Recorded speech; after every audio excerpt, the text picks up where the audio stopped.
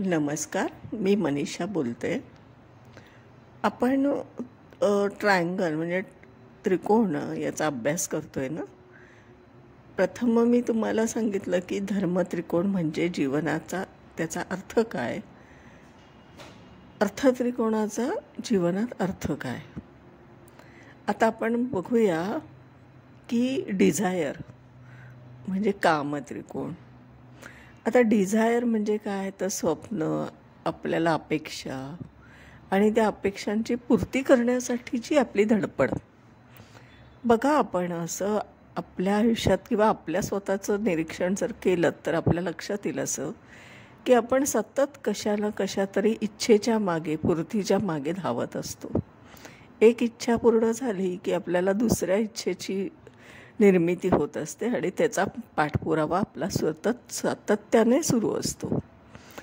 हे जे काही चाललं आहे ना, बॅक टू बॅक, तर हे आपण कलपुरुषाच्या कुंडलीमध्ये जर रिलेट करायचं म्हटलं ना, तर थर्ड हाऊस, ती तृतीय स्थान हे प्रथम स्थान आहे कशाचं, स्टार्ट ज्याची, ज्याला आपण म्हणूया डिझायर म्हणजेच कामत्रिकोण. आता इच्छा व्यक्त झाली आहे. इच्छा ही काय आहे, ही सतत मनात एखादी गोष्ट येत असते की आता हे करायचं आहे, आता हे मला मिळवायचं आहे. हे सतत इच्छा निर्माण होणं. चांगल्या गोष्टीची पण इच्छा असते, आपली एक पॅशन असते, आपण तिचा पाठपुरावा करत असतो. हे सगळं थर्ड हाऊस आहे म्हणजे तृतीय स्थान. तिथे कोणती रास आहे बरं, तर मिथुन.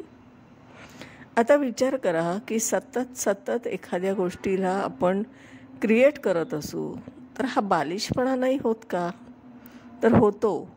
पण ही मनाची अवस्था आहे. आपण ह्याच्यावर काहीही कंट्रोल करू शकत नाही. कारण की बालक असतो ना, त्याच्या मनात अनेक गोष्टी निर्माण होत असतात. बघा, ते एका खेळणं घेऊन खेळतं, त्याच्यानंतर दुसरं लगेच उचलतं आणि दुसऱ्याशी खेळतं, आनंद संपतो त्याचा. तसंच हे मिथुन राशीत घडत असतं. सतत काही ना काही नवीन हवं असं काहीतरी घडत असतं. ते आहे पहिलं स्थान जे डिझायरचं आहे. तिथे निर्मिती होते अपेक्षांची, इच्छेची, इच्छा निर्माण होते. आणि मग तिथे कोणत्याही ग्रहाचा असा काही प्रभाव आहे का, तर आहे. तर कोणाचा आहे, तर मंगळाचा. कारण तिथे ते जे डिपार्टमेंट आहे ना, ते सगळं मंगळाच्या अंडर येतं. बघा, रास आहे मिथुन, पण ग्रह कोणता तिथे प्रॉमिनंट असतो, तर आपल्याला मंगळ. कारण इच्छापूर्ती करण्यासाठी लागणारा आपल्याला जो काही फोर्स असतो, एनर्जी असते, लाईफ फोर्स असतो, तो आवश्यक आहे आपल्याला कुठून मिळवण्याचं, मार्सकडून म्हणजे मंगळाकडून. आता ही इच्छापूर्ती निर्माण करण्यासाठीची शक्ती, प्रेरणा ही आपल्याला मंगळाकडून मिळते. म्हणून तिथे आपण मंगळाला कन्सिडर करायचे थर्ड हाऊसला. जरी रास आहे ती आपल्याला मिथून, तरी तिथे आपल्याला विचार करायचा आहे मंगळाचा. बघा, हे नवीन सांगते सगळं, हे कुठेही पुस्तकात लिहिलेलं नाही. हा माझा रिसर्च आहे स्वतःचा. कारण आता इच्छापूर्तीसाठी तर आपल्याला शक्ती लागणार, इच्छाशक्ती आपली पूर्तता करू शकते ना या गोष्टीची. मग आपण ती इच्छा घेऊन येतो 7th हाऊसमध्ये म्हणजे सप्तम स्थान, दुसरं स्टेशन. आता दुसरं स्टेशन आहे सप्तम स्थान. तिथे कोणती रास आहे कालपुरुषाच्या कुंडलीत, तर शुक्राची तुळ रास आहे. आता शुक्र परत एकदा डिझायर. कारण काय, तर शुक्र म्हणजे काय, तर लक्झरी, पैसा, वाहन, आपण जे काय सगळं म्हणतो, मॅरेज, हे सगळं सप्तम स्थानात आहे की नाही. सप्तम स्थानात लिगल ॲग्रीमेंट आहे. हे सगळं जे काय आहे ना, हे सगळं इच्छापूर्तीचं एक स्टेशन आहे. ते लास्ट स्टेशन आहे, शेवटचं, म्हणजे मटेरियलिस्टिक लाईफमधलं शेवटचं स्टेशन आहे ते. तिथे आपल्याला सगळ्या गोष्टींची फुलफिलमेंट बाजारपेठ म्हणजे मार्केट प्लेसमधून करायची असते. कारण माझ्या मनात निर्माण झालेली इच्छा ही मला बाह्य जगतातून मिळवावी लागणार आहे. सोर्सिंग कुठून आहे, तर बाह्य जगतात. म्हणून तिथे 7th हाऊसमध्ये जी काय रास आहे ती शुक्राची तूळ रास सारं सतत बॅलन्सिंग करत असते. काही ना काही मिळवते, मग वाटतं की नाही आता अजून हवं आहे, तर मग ती परत एकदा दुसऱ्या एका स्वप्नाच्या मागे धाव घेत असते. आणि ते जे घेत असलेलं सगळं बॅलन्सिंग आहे त्याच्यासाठी अजून एक आपल्याला तिथे ग्रह कन्सिडर करावा लागतो, तो म्हणजे शुक्र. शुक्र प्रॉमिनंट आहे हां त्या घरात. शुक्र हा विवाहाचा कारक पण आहे आपण असं म्हणतो, प्लस शुक्र हा लक्झुरी पण आहे. सगळंच हवं आहे की नाही आपल्याला. आणि ते आपल्या मटेरियलिस्टिक लाईफचं शेवटचं स्टेशन आहे, म्हणजे व्यक्त जगातलं शेवटचं स्टेशन आहे. आता व्यक्त जगातलं हे शेवटचं जरी स्टेशन असलं तरी आपल्याला तिथे असं लक्षात येतं, जर आपण उच्च नीच हा जर विचार तिथे केला तर तिथे शनी हा उच्चीचा होतो बघा. शनी उच्चीचा तिथे होतो म्हणजे काय होतं बरं, तर तिथे आपल्याला सगळं आपलं कर्म जे असतं ना ते शेवटचं स्टेशन असतं, म्हणजे मटेरियलिस्टिक लाईफमधलं व्यक्तमधलं शेवटचं स्टेशन आहे. आणि तिथे ते कर्म एंड होतो आणि म्हणून तिथे तो शनी जो आहे ना तो प्रॉमिनंट आहे. म्हणजे तिथे आपल्याला लक्षात येतं की तिथे उच्चीचा दाखवला आहे. कर्म आहे ना ते शेवटी, हे कर्म करण्याचीच सगळं आपलं चाललेली धडपड आहे. मग ते चांगलं कर्म आहे का वाईट आहे हे काळानुसार ठरतं, आपल्या ऑडिटमध्ये शनी करत असतो.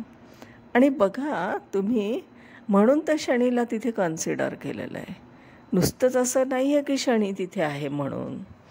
आता तिथे विचार करा, शनीचा जर आपण विचार करतो आहे तो तिथे 20% हा आपल्याला 20% म्हणजे 20% उच्चीचा धरला जातो. एक्झॉल्टेशन का बरं धरला जात असेल, कारण जेवढं आपण कर्म करतो आहे ते ॲक्युम्युलेट होत असतं.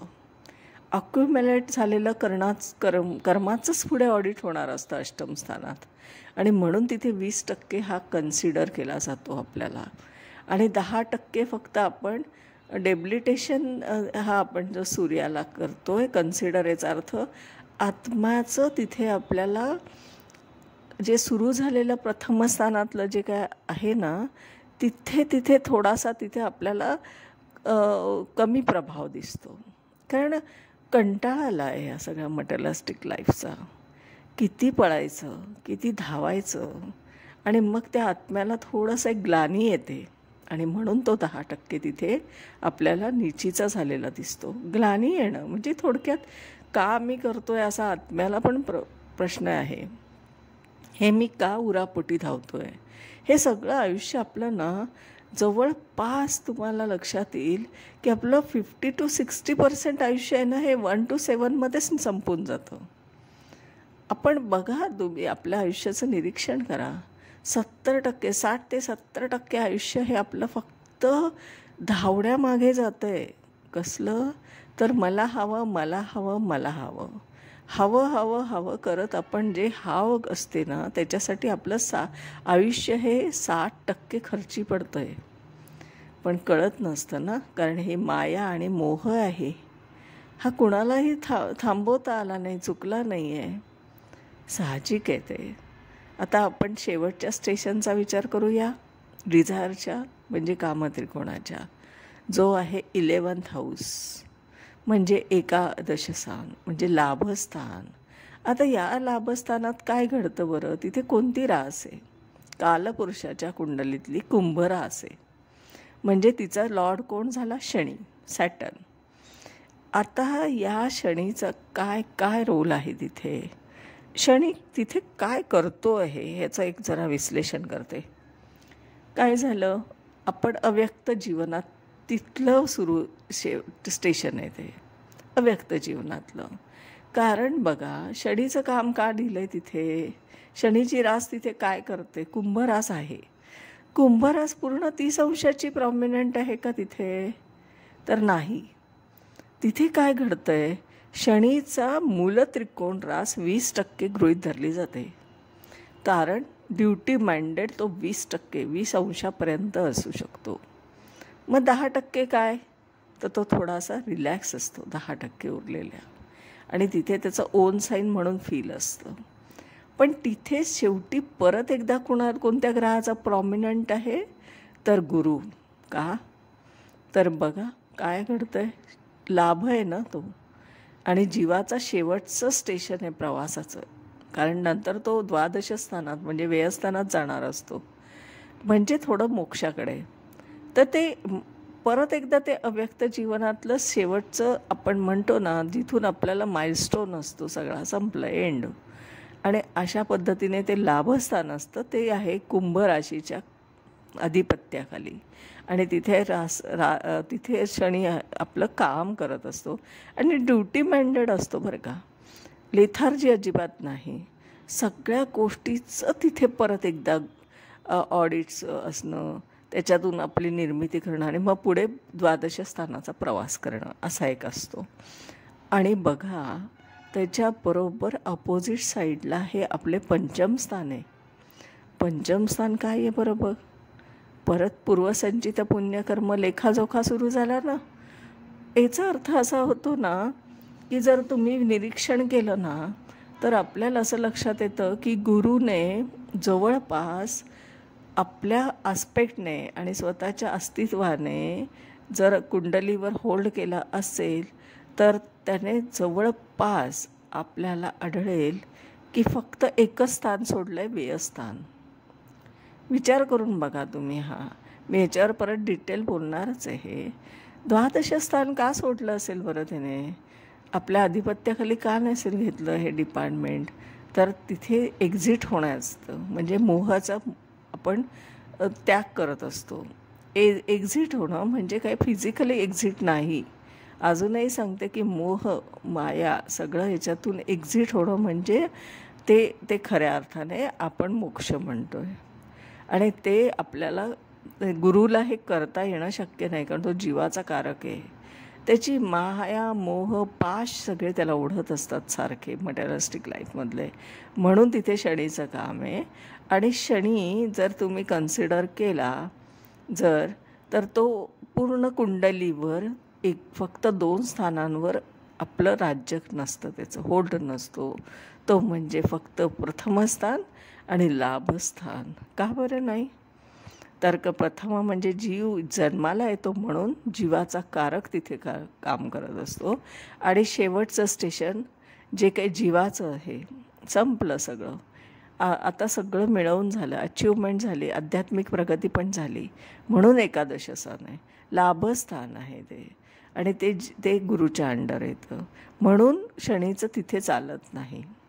2 ठिकाणी त्यांचे अधिकार नाहीत. हे नवीन थिअरी आहे बरं का. मी तुम्हाला नीट समजून सांगणार आहे की हे असं का मी बोलते. मी पुढचा व्हिडिओ त्याच्यासाठीच बनवणार आहे. एकदा आपलं हे त्रिकोणांचं सगळं गणित मांडून झालं ना की आपण मग त्याच्याकडे वळूयात. कारण हा सगळा प्रवास आहे ना, ज्योतिषशास्त्र म्हणजे थोडासा अध्यात्माकडे केलेला प्रवासच असतो. कारण हे पूर्ण जीवनाचा प्रवास आहे त्या 12 घरांमध्ये. त्या जीवाचा 12 घरांमधून, 12 स्थानांमधून, 12 भावांमधून झालेला जीवाचा प्रवास आहे तो वाचणं म्हणजे होरोस्कोप रिडिंग, आणि त्यालाच आपण प्रिडिक्शन म्हणतो. हे सगळं वाचण्याची ना एक युनिक पद्धत आहे.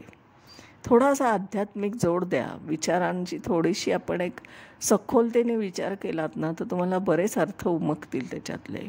अशा पद्धतीने हा आजचा माझा व्हिडिओ झाला आहे. आणि लक्षात घ्या, आपण उद्या बोलणार आहोत मोक्ष त्रिकोणावर. मोक्ष त्रिकोण काय आहे. आता तुम्ही ह्याच्यात बघितलं की 3, 7 आणि 11 ही जे काय आहे ही स्थानं आहेत आपली कामत्रिकोण म्हणजे डिझायरची. त्याच्यातले 2 जे स्थान आहेत ना, ते व्यक्त जगतात आहे, आणि शेवटचं स्टेशन आहे अव्यक्त जगतात आहे. बघा, 2 पाऊल आपण व्यक्त जगतात चालतो आणि शेवटचं पाऊल मात्र अव्यक्त जगतात असतं. हे सगळं आपण असं जर रिलेट केलं ना, तर एक वेगळ्या पद्धतीने अभ्यास करण्याचा एक वेगळा आपल्याला आनंद मिळत असतो. तर आज मी इथेच थांबते. मी कोण आहे ते सांगते. मी आहे सौ मनीषा प्रदीप चव्हाण. मी आदित्य गार्डन सिटी, वारजे, पुणे येथे राहते. माझा मोबाईल नंबर आहे 9763787646. माझे स्वतःचे कन्सल्टिंग आहे आपण ज्योतिषीय मार्गदर्शन घेऊ शकता. कुंडलीचं मार्गदर्शन मी करते. आपल्याला काही प्रश्न असेल तर विचारू शकता आणि नसेल तरीसुद्धा आपण एक आपलं आयुष्य कसं आहे हे पण जाणून घेऊ शकता. आपण आपल्या घरात कुणी लहान बालक जन्माला आलं असेल तर त्याची पत्रिका बनवणं हे सुद्धा मी काम करत असते. आपण ह्याचा पण फायदा घ्यावा. आणि मी माझे स्वतःचे ज्योतिषशास्त्राचे ऑनलाईन क्लासेस आहे प्रिडिक्शनचे. ते प्रिडिक्शनच्या क्लाससाठी आपण फक्त लाईव्ह कुंडल्या घेतो, म्हणजे की त्या तुम्ही आणलेल्या पुस्तकातल्या कुंडल्या घेऊन आपण शिकवत नाही. प्रिडिक्शन करायचं तर आपण आपल्यासमोर असलेल्या जातकाचं करायचं असतं, ज्यामुळे त्याची प्रॅक्टिस करणं फार गरजेचं असतं आणि म्हणून आपण लाईव्ह कुंडल्यांवर अभ्यास करत असतो. तर या पद्धतीने माझा ऑनलाईन पण क्लास आहे जो प्रिडिक्शनचा आहे, थिअरी विथ प्रिडिक्शन. थिअरी येत तुम्हाला काही ज्योतिषशास्त्र माहीत नसेल तरी हरकत नाही, ते आपल्याला करता येतं. आपल्याला ते थोड्याशा सीड फॉर्ममध्ये शिकता येतं. खूप आपल्याला वाचन करायची गरज पडत नाही आणि आपल्याला लाईव्ह कुंडल्यांचा आनंद मिळू शकतो. तर या संधीचा पण आपण फायदा घेऊ शकता. आजच्या दिवसासाठी इथेच थांबते. धन्यवाद.